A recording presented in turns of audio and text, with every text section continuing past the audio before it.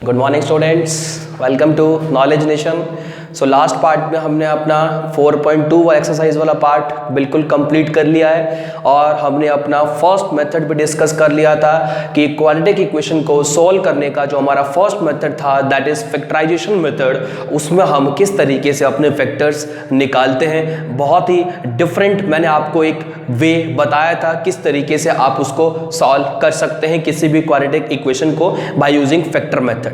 आज हम अपना नेक्स्ट मेथड डिस्कस करने जा रहे हैं जो हम अप्लाई करेंगे किसी भी क्वाड्रेटिक इक्वेशन को फाइंड करने में, that is completing square method. तो कंप्लीटिंग स्क्वायर मेथड बेसिकली आपका 4.3 के अंदर आपका आता है। तो हम बात करते हैं कौन से मेथड की जी, कंप्लीटिंग स्क्वायर मेथड। ठीक है, कंप्लीटिंग स्क्वायर मेथड ये हमारा, अब हम सेकंड मेथड डिस्कस करने जा रहे हैं कि क्वाड्रेटिक इक्वेशन को किस तरीके से by using completing square method आप सॉल्व कर सकते हैं। तो हमने आपका एनसीईआरटी का ही एक क्वेश्चंस लेते हैं। एनसीईआरटी का हमने क्वेश्चंस आपका ले रहे हैं। फर्स्ट क्वेश्चन की अगर हम बात करें आपसे, that is 2x square minus का 7x प्लस का 3 इज इक्वल्स टू 0। ये आपका एक क्वेश्चन मैंने लिया है, आपके एनसीईआरटी बुक का ही ये वाला क्वेश्चन है आपके पास। ठीक है, इसको हम सॉल्व कर सकते हैं, करते हैं आपका by using completing square method. आप इसको सॉल्व करने जाएंगे। चलिए स्टेप बाय स्टेप चलिएगा, जिस तरीके से बताया जा रहा है जस्ट उसी तरीके से आपको हर एक क्वेश्चन में परफॉर्म करना है। जो चीज बताई जा रही है वो चीज ध्यान से सुनिएगा। चलिए स्टार्ट करते हैं।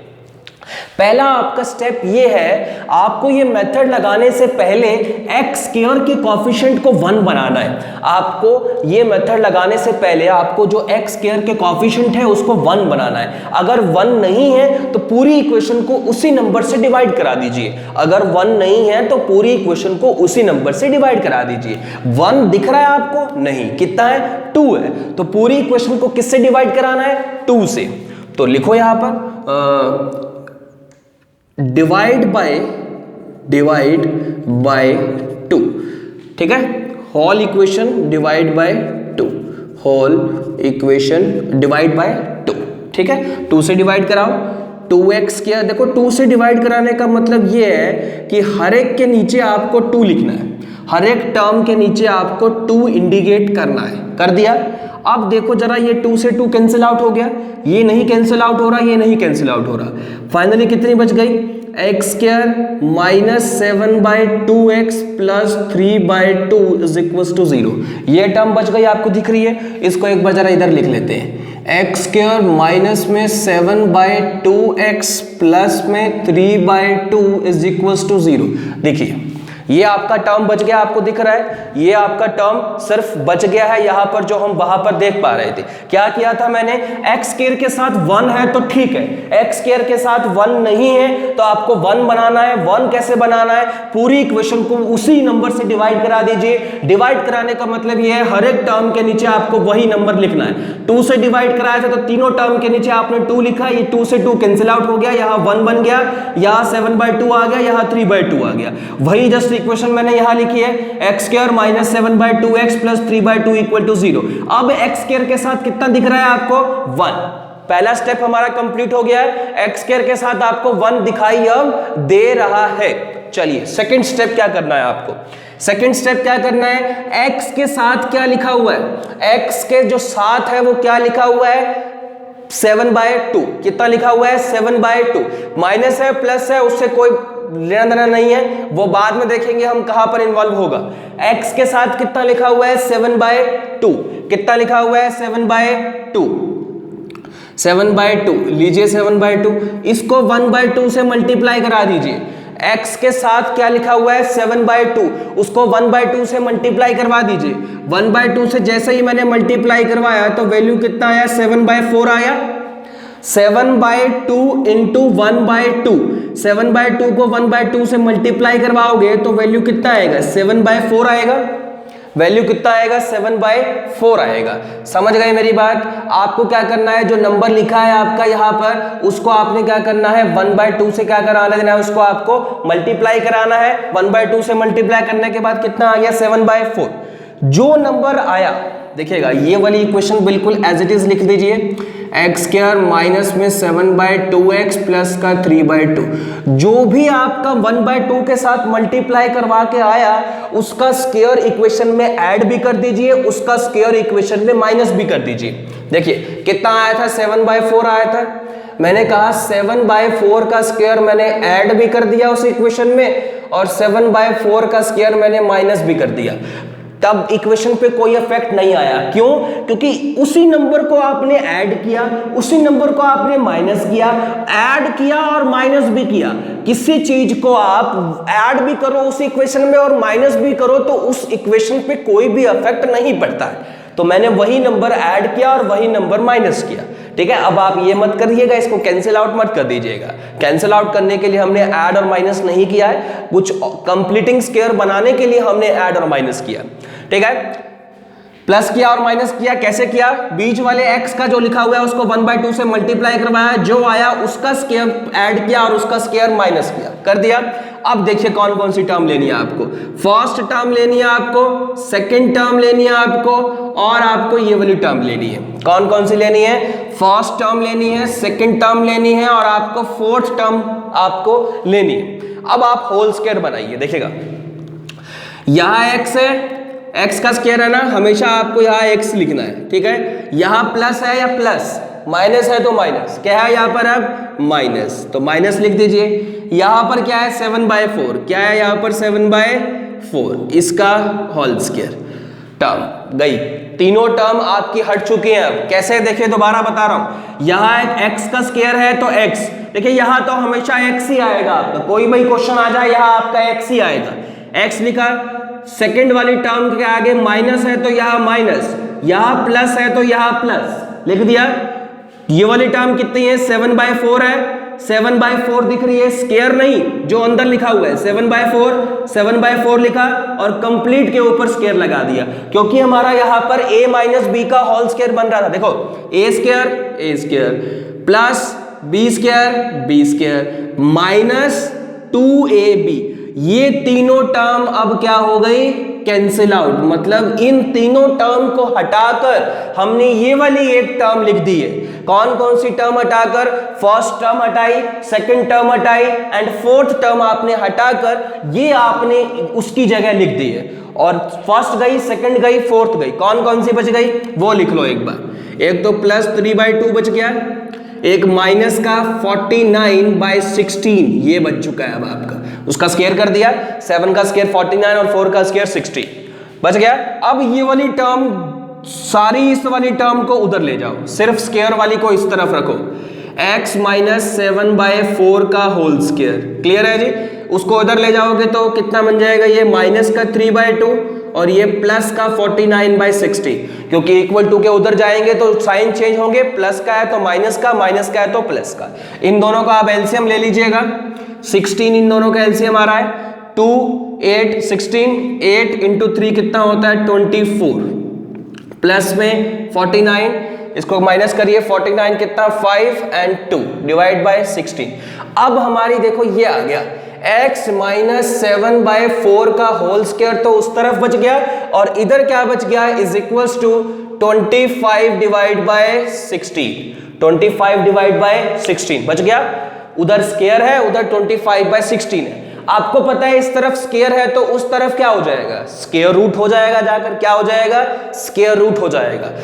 ध्यान रखिएगा, देखो जब स्क्वायर रूट आपको करना है या तो ऐसे कर दीजिए, taking root on both side, taking root on both side, दोनों तरफ मैंने रूट लिया, इस तरफ रूट लूंगा तो ये स्क्वायर हट जाएगा वहां से, तो क्या बच जाएगा? x minus 7/4। उस तरफ अगर आप रूट लोगे, 25 का रूट कितना है 5, 16 का रूट कितना है 4, एक बार प्लस की वैल्यू, एक बार माइनस की वैल्यू।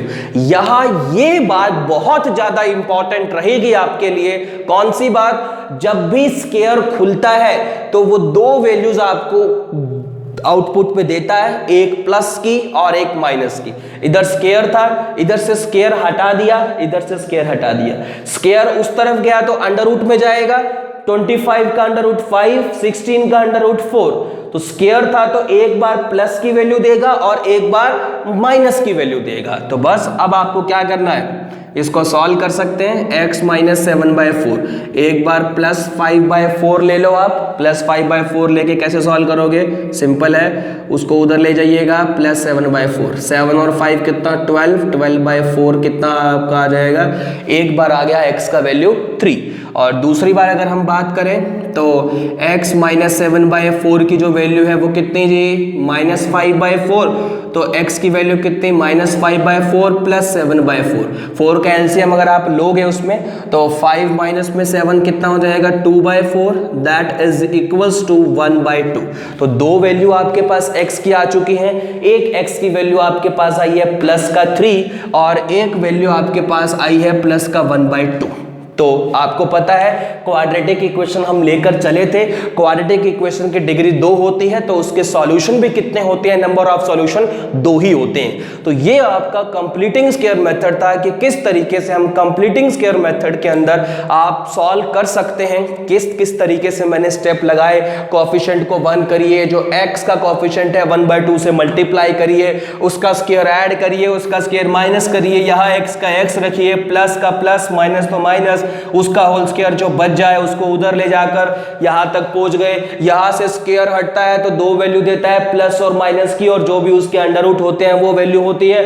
एक बार प्लस का लेकर सॉल्व करिए, एक बार माइनस का लेकर सॉल्व करिए। बात क्लियर है, क्लियर है मेरी बात। चलिए एक क्वेश्चन और हम कर लेते हैं कंप्लीटिंग स्क्वायर मेथड पे, अंडर रूट वाला, जिसके अंदर बच्चों को हर बार डाउट रहता है कि ये जो रूट वाला क्वेश्चन है वो किस तरीके से होगा हमारा। तो वो एक बार अंडर रूट वाला क्वेश्चन मैं ही आपको करवा देता हूं ताकि आपको वहां पर कोई दिक्कत ना आए। ठीक है, आपके एनसीईआरटी का ही है, उसकी स्टेटमेंट आपकी है 4x² माइनस का 4√3 प्लस का 4√3 प्लस 3 प्लस का 4√3x plus 3 is equal to 0। ये आपकी इक्वेशन है। अब वो ये कहता है कि इसको आपको सॉल्व करना है by using completing square method. ठीक है, अब थोड़ा हम जल्दी करेंगे फास्ट, क्योंकि हम पढ़ चुके हैं कंप्लीटिंग स्क्वायर मेथड है क्या, किस तरीके से सॉल्व करते हैं। x स्क्वायर के साथ 1 है, नहीं है, कितना है 4। पूरी इक्वेशन को किससे डिवाइड करा दूं, 4 से, डिवाइड बाय 4 एक से डिवाइड कराने का मतलब क्या है जी, हर एक के नीचे आपको 4 लिखना है, हर एक के नीचे 4 लिखना है। ठीक है, लिख दिया जी 4। ये वाला 4 से 4 कैंसिल आउट हो गया, ये भी 4 से 4 गया, वो तो कैंसिल आउट ही नहीं हो रहा, तो x स्क्वायर बच गया, इधर आपका बच गया √3x, उधर आपका बच गया 3/4 इक्वल्स टू 0। यहां पर पहुंच गए। x के साथ क्या लिखा हुआ है, √3 को किससे मल्टीप्लाई करवाना है, 1/2 से, कितना आ जाएगा √3/2। आपको पता है जो मल्टीप्लाई करवाने के बाद 1/2 के साथ आता है उसका स्क्वायर ऐड भी करते हैं इस इक्वेशन में, उसका स्क्वायर क्या करते हैं, सब्ट्रैक्ट भी करते हैं। चलिए यहां पर आ जाते हैं, पहले वो वाली इक्वेशन मैं लिख लेता हूं आपकी, √3x plus 3/4 is equal to 0। अब हम क्या करते हैं, कितना आया था मल्टीप्लाई करवाने के बाद आपका √3/2, √3/2 का स्क्वायर आपने ऐड भी करा और √3/2 का स्क्वायर आपने सब्ट्रैक्ट भी करा। ठीक है, ऐड भी कर दिया, माइनस भी कर दिया। x तो लिखना ही लिखना है, साइन किसका, प्लस का साइन। यहाँ क्या लिखा हुआ है, √3/2 का होल स्क्वायर। कौन कौन सी टर्म हट जाएगी, फर्स्ट हट जाएगी, सेकंड हट जाएगी, फोर्थ हट जाएगी, जौन सी बच गई लिख लो। यहाँ पर कितनी बच गई, 3/4, माइनस का साइन, √3 का स्क्वायर कितना होता है 3, 2 का स्क्वायर कितना होता है 4 इज इक्वल टू 0। अब आप देख रहे हो ये कट गया आपका, क्योंकि 3/4 में से 3/4 माइनस जाएगा तो कितना आ जाएगा 0, तो कैंसिल आउट हो गया। तो कितना बच गया, x प्लस √3/2 का होल स्क्वायर की जो वैल्यू है वो कितनी आ गई आपके पास, 0 आ गई। यहां पर बात आती है, अब x प्लस √3/2 के होल स्क्वायर की वैल्यू 0 है, दैट मीन्स x प्लस √3/2 की वैल्यू कितनी है जी, 0 है। आपको पता है अगर आप दोनों तरफ स्क्वायर रूट लेते हो तो ये स्क्वायर हटके इधर आएगा, रूट बनाएगा, और 0 का रूट चाहे आप प्लस में 0 लो चाहे आप माइनस में 0 लो, प्लस माइनस 0 का कोई मतलब नहीं होता है, 0 तो 0 ही होती है। 0 आ गया। तो यहाँ से x को जब मैं सॉल्व करने गया तो वैल्यू कितनी आई, माइनस का √3/2, क्योंकि आपको पता है इधर का प्लस √3/2 है, उधर जाकर माइनस √3/2 हो जाएगी। लेकिन आपने देखा कि हम तो कौन सी इक्वेशन लेकर चले थे, क्वाड्रेटिक इक्वेशन लेकर चले थे, लेकिन सॉल्यूशन क्या आ गया, सिर्फ एक आ गया। बट सर आपने तो बताया था कि जो क्वाड्रेटिक इक्वेशन में जो सॉल्यूशन होते हैं वो आपके 2 होते हैं, यहाँ पर एक कैसे आ गया। एक सॉल्यूशन आने का मतलब ये है जब आप किसी भी क्वाड्रेटिक इक्वेशन को सॉल्व करते हो तो उसका जब एक सॉल्यूशन आता है, इसका मतलब ये होता है कि दूसरा सॉल्यूशन भी उसका वही है। तो इसका दूसरा सॉल्यूशन भी कितना होगा, माइनस का √3/2 ही होगा। तो इसके दोनों जो सॉल्यूशन होंगे वो क्या होंगे, आपस में इक्वल होंगे आपके।